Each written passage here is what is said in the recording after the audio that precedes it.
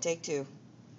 Okay, so we're going to skip around just a tiny little bit, okay? And so we'll come back to, we were doing accessory sex glands. We're going to come back to things like bulbourethral gland. But what's important is that we finish up talking about the structures that were associated with the scrotum and the testis first. So if we look, here we had the testis, here we have the epididymis, here's the ductus deferens.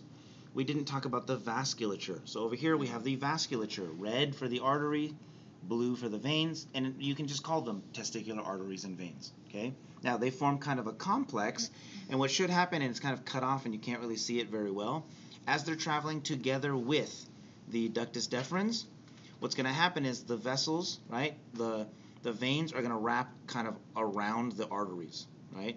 And what you get is you essentially get what's referred to as a pampiniform plexus. Okay, so pampiniform plexus is that kind of network of vessels, and that comes up, and together with the pampiniform plexus, the testicular arteries and veins, the ductus deferens, you should also have some innervation and some lymphatics, and we don't see all of that. Okay, it's kind of cut off, but all of that together is what essentially forms what we call the spermatic cord.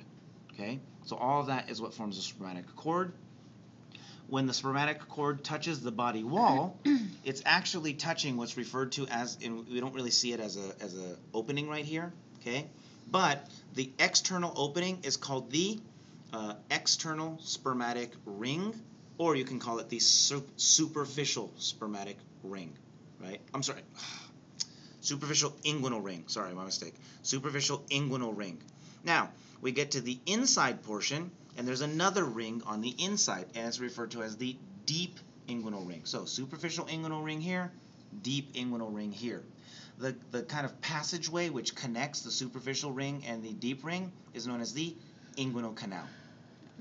Passing through the inguinal canal, you should have the ductus deferens, you should have the artery and the vein, right? All those structures that helped to make up the spermatic cord. Once they come through the inguinal canal, they're going to separate. So ductus deferens goes this way, and then the vasculature should go, let's see.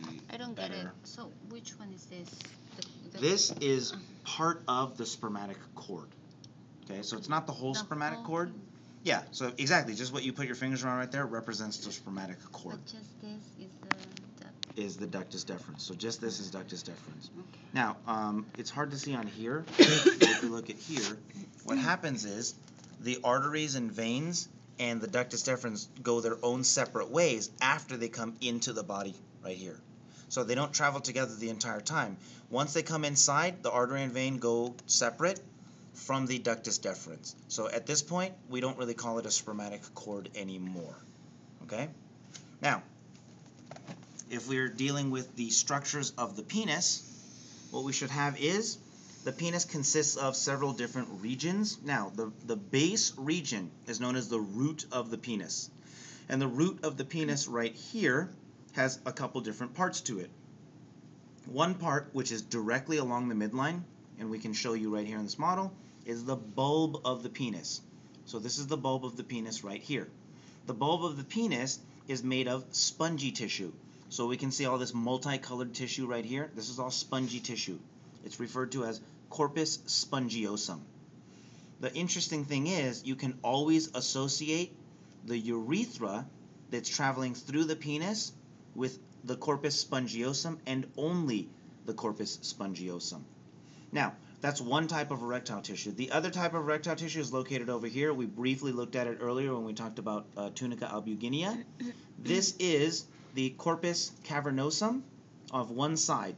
If we take the two of them together, because there's corpus cavernosum on the right, corpus cavernosum on the left, we call that corpora cavernosa. Now, these are referred to as cavernous tissues or cavernous erectile tissues. Down here, corpus spongiosum is spongy erectile tissue. We can see the bulb of the penis, but what we can't see is we can't see the beginnings of the crura of the penis. So for the corpus spongiosum, it begins at the bulb of the penis. For the corpus cavernosum, it begins as the crus of the penis. So there is a right crus of the penis and a left crus of the penis. We can't see it, but the crura of the penis are anchored and begin on the ischial tuberosities of the pelvis. Okay, so those hard bony sections of the pelvis are the ischial tuberosities that you sit on, and that's where the crura of the penis originally begin. So they come from the left side and the right side. They come towards the midline where they will then fuse, and then those corpora cavernosa are covered by the tunica albuginea. Now, what you should see is, we saw the prostate gland right here. We know that this is the bulb of the penis. There is one more accessory sex gland that we should see, and that is right there, right next to the urethra and next to the bulb of the penis. This little section right there is the bulbourethral gland. It's also called a Cowper's gland. Okay, and this is essentially just secreting like a mucousy fluid to help lubricate the passage. All right. Which one it is? It's that little thing right there. See that little dark spot? Oh my God. I know it's tiny. There are other models that might show it better, but on this model, that's probably it. Just it right there. Okay. Not very much to it. Is that what that pre stuff is? Yes, exactly. Right? Now, what we should see is after we get past the root of the penis, we're going to get to the body or shaft of the penis. So, in this, we're not differentiating between the two different tissues, but we have the body or the shaft of the penis coming down this way. And finally, when we get all the way to the very end, there is the expanded tip right here. It's shaped kind of like an acorn, and glans is how you say acorn, so it's known as the glans penis. What you should notice is the glans penis consists entirely of corpus spongiosum and not corpus cavernosum.